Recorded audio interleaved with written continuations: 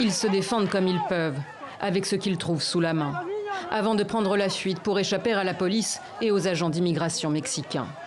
Le crime de cet homme qu'on embarque de force ou de cette femme et de son enfant, traverser le Mexique à pied pour rejoindre les États-Unis. Ils ont battu mon fils, ces chiens ont battu mon fils. L'opération est musclée et personne n'est épargné. Les pleurs et les cris n'y changent rien.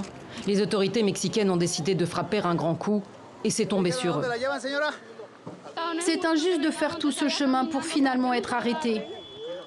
Paola a quitté le Honduras, la violence et l'extrême pauvreté il y a des semaines avec son compagnon, son frère et ses 3 filles. Elle faisait partie d'une caravane de plusieurs milliers de personnes qui venaient d'entreprendre la traversée de l'État du Chiapas dans le sud du Mexique.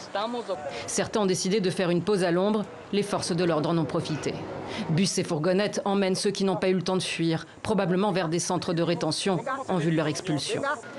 Aidez-nous, on ne peut pas rentrer dans notre pays.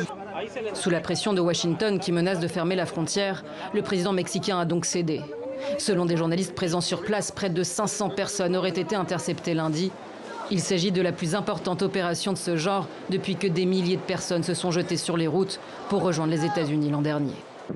Des candidats à l'exil à bout de force qui parfois même décident de se jeter dans la gueule du loup, en se rendant d'eux-mêmes aux autorités américaines une fois la frontière atteinte, dans l'espoir de pouvoir demander l'asile.